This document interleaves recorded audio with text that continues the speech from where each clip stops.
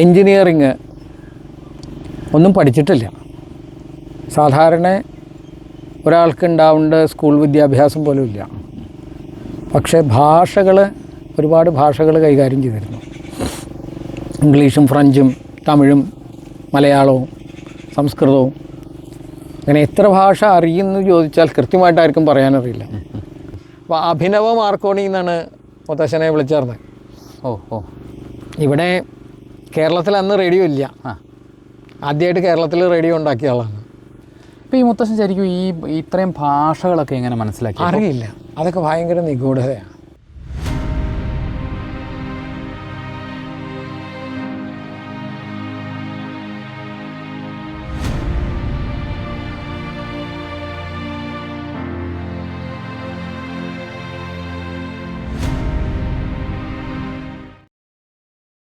നമസ്കാരം, എല്ലാവർക്കും പുതിയൊരു വീഡിയോയിലേക്ക് സ്വാഗതം.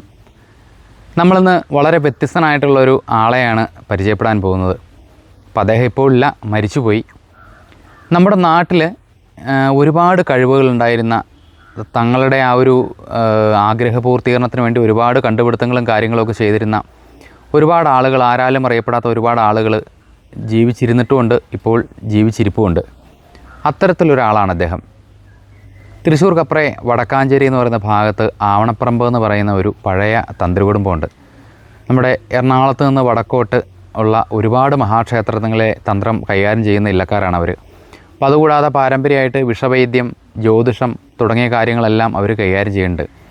അപ്പോൾ ഇവിടെ ഏതാണ്ട് ഒരു 10-60 വർഷങ്ങൾക്ക് മുൻപ് ശങ്കരൻ നമ്പൂരി എന്ന് പറയുന്ന ഒരു വളരെ സമർത്ഥനായിട്ടൊരാൾ ജീവിച്ചിരിപ്പുണ്ടായിരുന്നു. അപ്പോൾ ഇദ്ദേഹത്തെപ്പറ്റി കുറച്ച് കാലങ്ങൾക്ക് മുമ്പാണ് മനസ്സിലാക്കാൻ സാധിച്ചത്. തന്ത്രവും ജ്യോതിഷവും വിഷവൈദ്യമൊക്കെ പാരമ്പര്യമായിട്ടുണ്ടായിരുന്നുകൊണ്ട് തന്നെ അദ്ദേഹം അക്കാര്യങ്ങളൊക്കെ സ്വാഭാവികമായിട്ടും കൈകാര്യം ചെയ്യുമായിരുന്നു. അപ്പോൾ അതുകൂടാതെ മറ്റു ചില കാര്യങ്ങൾ കൂടി അദ്ദേഹം ചെയ്യുമായിരുന്നു. അതായത് 8ഓളം ഭാഷകൾ വളരെ അനായാസമായിട്ട് കൈകാര്യം ചെയ്തിരുന്നു. പിന്നെ അതുകൂടാതെ ഇലക്ട്രോണിക് സംബന്ധമായ കാര്യങ്ങൾ, എൻജിനീയറിംഗ് സംബന്ധമായ കാര്യങ്ങൾ, പിന്നെ അതുപോലെ തന്നെ വലിയ വലിയ വിദേശ കാറുകൾ വരെ അദ്ദേഹം നന്നാക്കിയിരുന്നു. ആവണപ്പറമ്പ് തൊട്ട് കഴിഞ്ഞാൽ ആ കാറ് നന്നാവും എന്ന് പറയുന്ന ഒരു കാലം ഉണ്ടായിരുന്നു.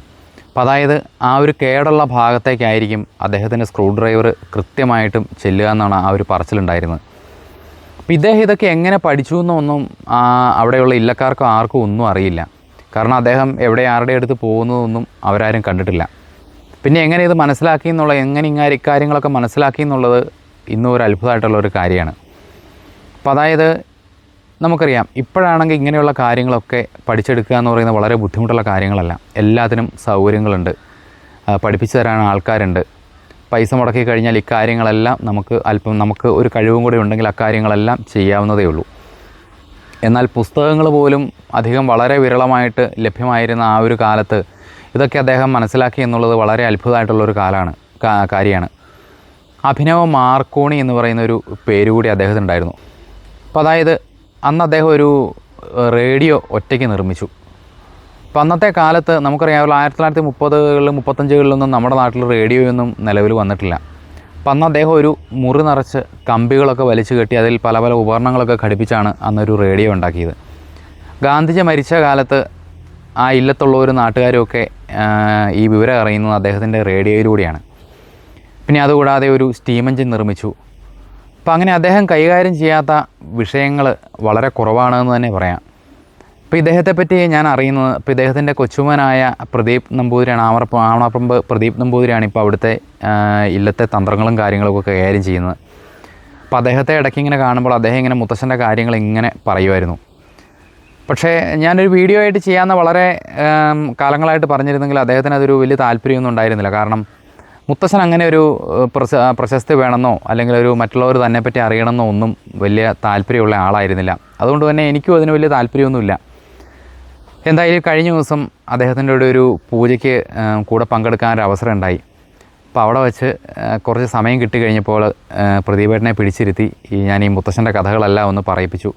ഞാനത് ഷൂട്ട് ചെയ്തെടുക്കുകയും ചെയ്തു. അപ്പം നമുക്കതൊന്ന് കണ്ടു നോക്കാം. പ്രദീപേട്ട നമസ്കാരം. അപ്പോൾ പ്രദീപേട്ടൻ്റെ ഒരു മുത്തശ്ശനെ പറ്റി ഇങ്ങനെ ധാരാളം കേട്ടിട്ടുണ്ട്. ഒരുപാട് അറിയപ്പെടാതെ പോയ ഒരുപാട് കാര്യങ്ങൾ വശമുണ്ടായിരുന്ന ഒരാൾ. അപ്പോൾ അദ്ദേഹത്തെ പറ്റി കുറച്ച് കാര്യങ്ങളൊന്ന് പറഞ്ഞു തരാമോ? ഞാൻ സത്യത്തിൽ എൻ്റെ മുത്തച്ഛനെ കണ്ടിട്ടില്ല. മുത്തച്ഛൻ മരിച്ചതിന് ശേഷമാണ് ഞാൻ ജനിച്ചേക്കണേ.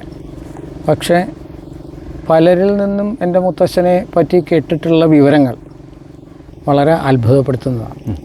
അച്ഛനും അപ്പനും ഒക്കെ ധാരാളം പറഞ്ഞു കേട്ടിട്ടുണ്ട്. മരിച്ചുപോയ മാടമ്പ് കുഞ്ഞിക്കുട്ടൻ ഒരുപാട് പറഞ്ഞു കേട്ടിട്ടുണ്ട്. അങ്ങനെ ഞങ്ങളുടെ ബന്ധുക്കൾ കുറേ ആൾക്കാർ വളരെ ബഹുമാനത്തോടു കൂടി പറയുന്നത് കേട്ട അറിവാണ് എനിക്കുള്ളത്. എനിക്കത് കാണാനുള്ളൊരു ഭാഗ്യം ഉണ്ടായിട്ടില്ല.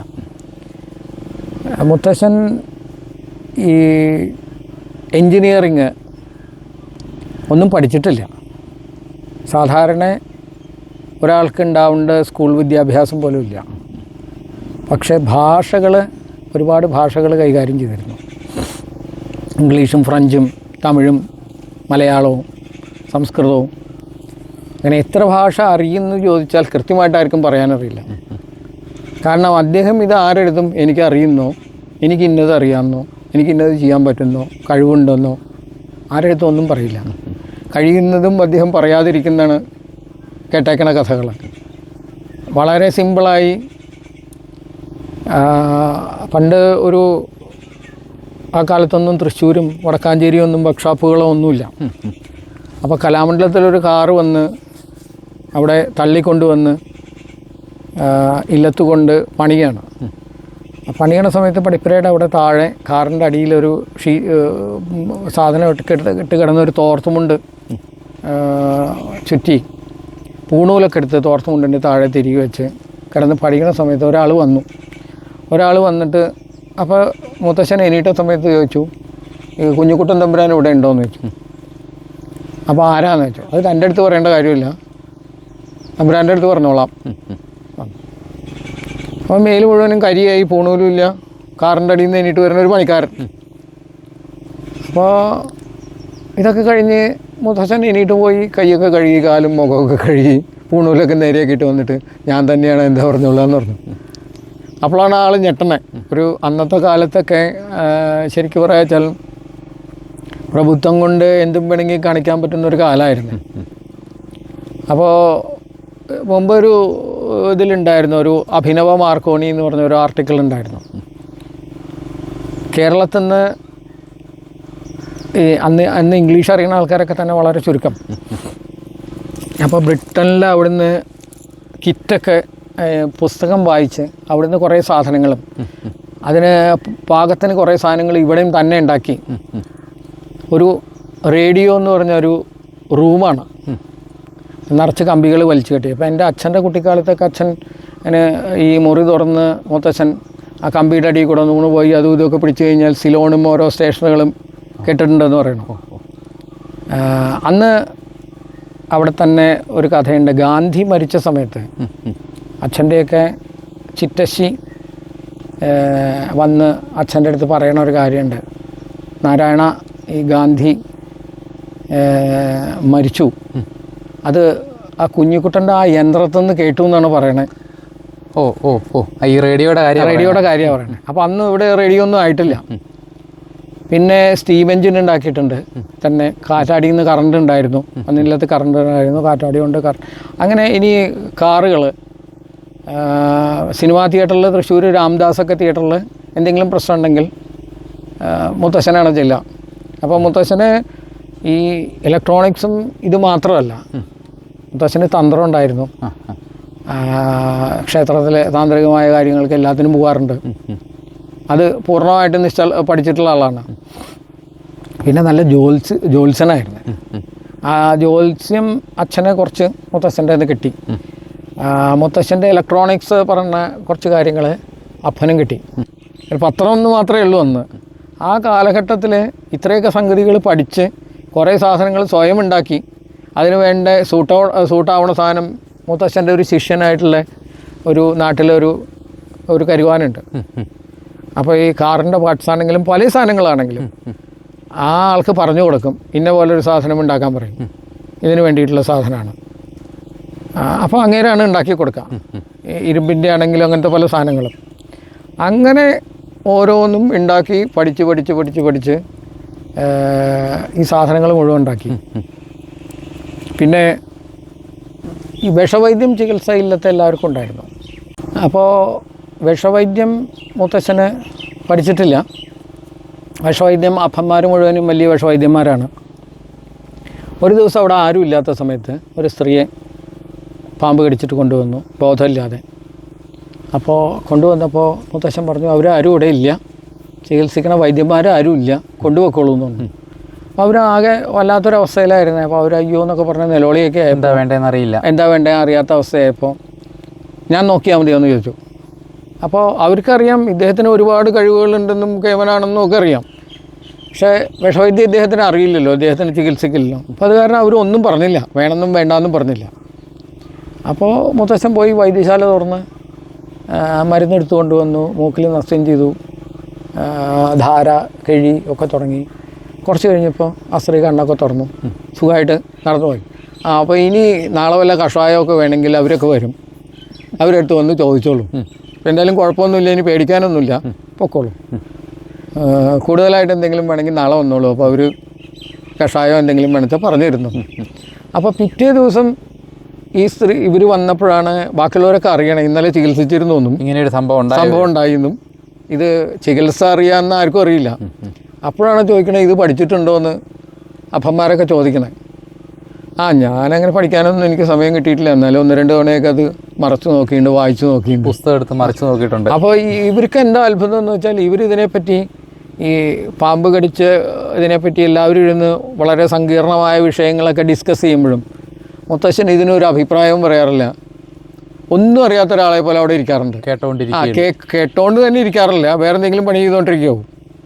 പിന്നെ അച്ഛൻ പറയുന്നത് കേട്ടിട്ടുണ്ട്, കുട്ടിക്കാലത്തൊക്കെ അച്ഛന് മാജിക്ക് കാണിച്ചു കൊടുത്തിട്ടുണ്ട്.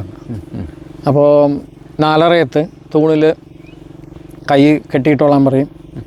അപ്പോൾ അങ്ങനെ കൈ കെട്ടിയിട്ട് കഴിഞ്ഞ് കണ്ണടച്ച് എണ്ണി ഇത്തിരി കഴിഞ്ഞ് തുറന്നു കഴിഞ്ഞാൽ കണ്ണ് തുറന്ന് നോക്കി വേറെ തൂണിൽ കെട്ടി നിൽക്കണതാണ്.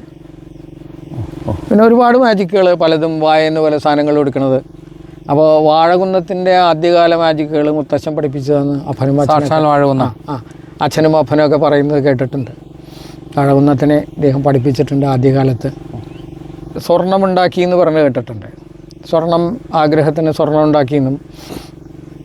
അപ്പോൾ അത് അപ്പൻ സംസാരിച്ചപ്പോൾ അതിന് കോസ്റ്റ് കൂടുതലാണെന്നും വേണമെങ്കിൽ ഇതിൽ മെനക്കെട്ടാൽ ഇതിൻ്റെ കോസ്റ്റ് കുറയ്ക്കാമെന്നും പറഞ്ഞു. പക്ഷേ ഈ സ്വർണം ഉണ്ടാക്കിയത് ഒരു ആഗ്രഹത്തിന് അപ്പൻ ചോദിച്ചപ്പോൾ ആ ഉണ്ടാക്കിയ കടലാസ് കീറി കളഞ്ഞു എന്നാണ് അപ്പൻ പറഞ്ഞത്. അതാരും കാണണ്ട, ഡീറ്റെയിലുകൾ തരാൻ പറഞ്ഞപ്പോൾ ആരും കാണണ്ടെന്ന് വെച്ച്. അപ്പോൾ എനിക്കൊരു ആഗ്രഹത്തിന് ഉണ്ടാക്കിയതാണ്, അല്ലാണ്ട് കച്ചവടത്തിന് ഉണ്ടാക്കിയതല്ല. എൻ്റെ ഒരു ആഗ്രഹം കാരണം ഞാനത് പരീക്ഷണം നടത്തി ഉണ്ടാക്കി. കഴിഞ്ഞാൽ അങ്ങനെ പോലും അദ്ദേഹത്തിന് ഒരു പൈസ ഉണ്ടാക്കണം എന്നുള്ള മോഹം അങ്ങനെയൊന്നും ഉണ്ടായിരുന്നില്ല അല്ലേ? ഇല്ല, എന്തെല്ലാം സാധ്യതകൾ കയ്യിലുണ്ടായിരുന്നു, ഒരുപാട് സാധ്യതകളുണ്ടായിരുന്നു. ഞാൻ പറയണ കേട്ടേക്കണേ, വടക്കിലത്തെ കുഞ്ചുവേട്ടനും മരുമകൻ അവരുടെ മക്കളുമൊക്കെ പറയണ കേട്ടേക്കണ കഥ എന്താണെന്ന് വെച്ചാൽ പൈസ കൈകൊണ്ട് തൊടില്ല. ഈ എന്തെങ്കിലും പൈസ ഉണ്ടെങ്കിൽ അത് ഒരു സ്ഥലത്ത് വയ്ക്കും. ആരെങ്കിലും പൈസ ചോദിച്ചു കഴിഞ്ഞാൽ അതിൽ നിന്ന് എടുത്തോളാൻ പറയും. ബാക്കിയുണ്ടെന്ന് പറഞ്ഞാൽ അതിൽ വെച്ചോളാൻ പറയും. ഒരിക്കൽ പോലും അത് എത്ര വെച്ചു, എത്ര ഉണ്ടായിരുന്നു എണ്ണി നോക്കില്ല. കൊണ്ടുവച്ചത് ശരിയാണോ, സത്യമാണോ, അതൊന്ന് കൂടുതലെടുത്തോ, ഇനി ആരെങ്കിലും കൊണ്ടുപോയോ ഒരിക്കലും പോലും അത് നോക്കില്ല. അതൊന്ന് എടുത്തോളാൻ പറയും, തിരിച്ച് കൊണ്ടുവച്ചോളാൻ പറയും. അന്നത്തെ കാലത്ത് തൃശ്ശൂർ തിയേറ്ററുകൾ മുഴുവനെയും എന്തെങ്കിലും പ്രശ്നമുണ്ടെങ്കിൽ മുത്തശ്ശനാണ് ചെല്ലുക. വേറെ ആർക്കും അത് നേരെയാക്കാൻ അറിയില്ല. അതാണ് അതിൻ്റെ ഒരു കാര്യം. വേറെ ഒരാൾക്കും അത് റിപ്പയർ ചെയ്ത് കൊടുക്കാൻ ഒരാൾക്കും അറിയില്ല. അപ്പോൾ തിരുവേനി വന്നാൽ തന്നെ അത് നേരെയാവുള്ളൂ എന്നാണ് അവരെല്ലാവരും പറയാറ്. വേറെ ആരും ഇല്ല. അപ്പോൾ മുത്തശ്ശനാണ് ചെന്നതൊക്കെ നേരെയാക്കി കൊടുക്കാറ്. അപ്പോൾ ഇവർക്ക് അച്ഛനും എൻ്റെ അച്ഛൻ്റെ സഹോദരിമാർക്കൊക്കെ തൃശ്ശൂർ അന്നത്തെ കാലത്ത് തിയേറ്ററുകളിലൊക്കെ ഫ്രീ ആയിരുന്നു സിനിമ കാണാം. എവിടെ ചെന്നാലും കാണാം. പിന്നെ പറയുന്നത് കേട്ടിട്ടുണ്ട്, ഈ തന്ത്രത്തിനൊക്കെ പോകുമ്പോൾ ഉത്സവമൊക്കെ കഴിഞ്ഞ് വരുമ്പോൾ ഈ 2 മുണ്ടോ 3 മുണ്ടോ ഒക്കെ കൊണ്ടുപോകും. പിന്നെ തിരിച്ചു വരുമ്പോൾ ആ കയ്യിലുണ്ടായിരുന്ന മുണ്ടും കൂടിയും കൊടുത്ത് 1 മുണ്ടേ ഉണ്ടാവുള്ളൂ കൊടുത്തുകൊണ്ട് വരുന്നത് മാത്രം. ബാക്കിയെല്ലാം എല്ലാവർക്കും കൊടുത്തിട്ടുണ്ടായിരിക്കും. അന്നത്തെ കാലത്തൊക്കെ വസ്ത്രത്തിനൊക്കെ വളരെ ബുദ്ധിമുട്ടുള്ള കാലങ്ങളാണല്ലോ, ഇന്നത്തെ പോലെയല്ലല്ലോ. അപ്പോൾ ഉടുത്ത മുണ്ട് മാത്രമേ ഉണ്ടാവുള്ളൂ. കൊണ്ടുപോയതും കൂടി തീർന്നിട്ടുണ്ടായിരിക്കും. ഒന്നും കൊണ്ടുവരില്ല. ഈ ദക്ഷിണ കൊടുക്കണത് മാത്രം കൈകൊണ്ട് മേടിക്കുന്നല്ലാതെ വേറെ പൈസയുടെ ഇടപാടുകളൊന്നും ഇഷ്ടമല്ല. കാശായിട്ടുള്ള കാര്യങ്ങളൊന്നും കാശിന് കണക്ക് പറയുകയും കണക്ക് എണ്ണി നോക്കുകയും ഇതൊന്നും ഇല്ല. മരിക്കുന്ന സമയത്തും മുത്തച്ഛന് മനസ്സിലായി മരിക്കാറായി. അപ്പോൾ അപ്പനൊക്കെ അവിടെ ഉണ്ടായിരുന്ന സമയത്ത് കൈകൊണ്ട് ആംഗ്യം കാണിച്ചപ്പോൾ എന്താ വല്ലതും കുടിക്കാനായിരിക്കുന്നു വെച്ച് ചോദിച്ചപ്പോൾ അല്ലാന്ന് കാണിച്ചു കൈകൊണ്ട്. സംസാരിക്കാനൊന്നും വയ്യ. അപ്പം ഇങ്ങനെ പോവുകയാണെന്ന് കാണിച്ചു. സമയമായി. ആ സെക്കൻഡിൽ അടുത്ത സെക്കൻഡിൽ മരിക്കുകയും ചെയ്തു. പറയാനാണെങ്കിൽ ഒരുപാട് മുത്തച്ഛനെ പറ്റി എന്തെങ്കിലും ആത്മകഥകളോ ഒന്നുമില്ല അല്ലേ? ഇല്ല ഇല്ല, ഒന്നും എഴുതിയിട്ടില്ല. ഡയറി കുറിപ്പുകളോ ഒന്നുമില്ല. അദ്ദേഹത്തിന് അങ്ങനത്തെ ഒന്നും അച്ഛൻ്റെ അടുത്ത് ഈ അസുഖമൊക്കെ പിടിച്ച് കിടക്കുന്ന സമയത്ത് പറഞ്ഞു മരിക്കാനാകെ ഒരു വിഷമമേ ഉള്ളൂ. ഇനി ജനിക്കേണ്ടി വന്നാലോ എന്നുള്ളൊരു വിഷമം മാത്രം. ജനിക്കേണ്ടി വന്ന ആദ്യം തൊട്ട് ഒന്നെന്ന് പറഞ്ഞ് തുടങ്ങണം, മുട്ടുകുത്തണം, മെഴയണം, നടക്കണം, ഈ പഠിച്ച കാര്യങ്ങളെല്ലാം വീണ്ടും അതൊക്കെ ഒന്നെന്ന് പറഞ്ഞ് തുടങ്ങണ്ടേ. അത് മാത്രമേ മരിക്കാനുള്ളൊരു വിഷമമുള്ളൂ. ബാക്കിയൊന്നും വിഷമമില്ല എന്ന് പറയാറുണ്ട്. ഭയമില്ല, ഒന്നുമില്ല, ഒരു കുഴപ്പമില്ല. അപ്പോൾ അങ്ങനെ പല ആൾക്കാരിൽ നിന്നും കേട്ടേക്കണത് അനുസരിച്ച് ഒരുപാട് പറയാനുണ്ട്. ഏട്ടൻ അദ്ദേഹത്തെ കണ്ടിട്ടില്ല അല്ലേ? ഞാൻ കണ്ടിട്ടില്ല. അപ്പോൾ ഇപ്പം എത്ര കൊല്ലമായി മരിച്ചിട്ടിപ്പോൾ? ഇപ്പോൾ ഒരു 60 കൊല്ലമൊക്കെ 60 കൊല്ലമായിട്ടുണ്ടാവും. അച്ഛൻ പിന്നെ ഈ തന്ത്രത്തിലേക്ക് ഒന്നും ഇറങ്ങിയില്ല? ഇല്ല. പിന്നെ അടുത്ത തലമുറയിലെ ഞാനാണ്, ഏട്ടനാണ്. മുത്തശ്ശനായിരുന്ന എല്ലാ മേഖലയും കൈവച്ച ആളാണ്. അപ്പോൾ ഇടയ്ക്ക് ഇന്നാളൊരു ദിവസം ഒരു കുട്ടഞ്ചേരി മൂസിൻ്റെ മറ്റോ ഒരു ഫോർഡ് കാർ നന്നാക്കിയ ഒരു അത് പണ്ട് മുത്തശ്ശന് സുഖമില്ലാതിരിക്കുന്ന സമയത്ത് അസുഖം പിടിച്ചിരിക്കുകയായിരുന്നു. അപ്പോൾ കുട്ടഞ്ചേരി മൂസിനൊരു ഫോർഡ് കാറുണ്ടായിരുന്നു. ആ കാറ് കേടുവന്നിരിക്കുകയാണ്. അപ്പോൾ അന്ന് ഇവിടെ ഒന്നും മെക്കാനിക്കുകളൊന്നും ഇവിടെയൊന്നും ഇല്ല. ഇവിടെയൊക്കെ ആകെ കേരളത്തിൽ തന്നെ ആകെ കുറച്ച് വണ്ടികളേ ഉള്ളൂ. അത് നന്നാക്കാൻ മെക്കാനിക്കുകളും ഇല്ല, അറിയുന്നവരുമില്ല. അപ്പോൾ അങ്ങനെ മൂസ് പറഞ്ഞ് മദ്രാസിൽ നിന്ന് അന്നത്തെ കുറേ എൻജിനീയർമാർ ഇവിടെ വന്ന് അത് കാറ് കുറേ 2-3 ദിവസം തങ്ങി അതൊക്കെ നോക്കി. അത് ശരിയായില്ല. അപ്പോൾ അവർ തിരിച്ചു പോയിട്ട് അവർ പറഞ്ഞു ഇനി അടുത്ത കുറച്ച് ആൾക്ക് വേറെ കുറച്ചും കൂടി അറിവുള്ള ആൾക്കാരെയും കൊണ്ടുവരാമെന്ന് പറഞ്ഞു. അങ്ങനെ കുറച്ച് ദിവസം കഴിഞ്ഞപ്പോൾ വേറെ സെറ്റ് ആൾക്കാർ വന്നു. പിന്നെ ഈ കാറിൽ വീണ്ടും കുറേ അവർ പണിതു. പക്ഷെ ശരിയാവാതെ തിരിച്ചു പോയി. അപ്പോൾ മൂസ് പറഞ്ഞു എന്നാണ്, ആവണപ്പുറപ്പിന് സുഖമായിരുന്നെങ്കിൽ അദ്ദേഹം നന്നാക്കിയിരുന്നു, ഇത് ഇത്രയൊന്നും പ്രശ്നം ഉണ്ടായിരുന്നില്ല എന്ന് പറഞ്ഞു. അപ്പോൾ അന്ന് മുത്തശ്ശൻ എന്തോ സുഖമില്ലാത്ത സമയമൊക്കെ ആയിരുന്നു. ഉച്ചയ്ക്ക് പാടത്തു കൂടെ വന്നു ഈ മൂസിൻ്റെ അവിടെ വന്ന് ഈ കാറ് നോക്കി. അപ്പോൾ അങ്ങനെ എനിക്ക് യാത്രയുണ്ട്, ഇവർ കാറ് ശരിയാക്കിയിട്ട് പോകാൻ പറ്റുമെന്ന് എനിക്ക് തോന്നുന്നില്ല എന്ന് മൂസ് പറഞ്ഞു. എന്നാൽ ശരി ഞാൻ നോക്കട്ടെ എന്ന് പറഞ്ഞ് വന്നതാണെന്ന് പറഞ്ഞു.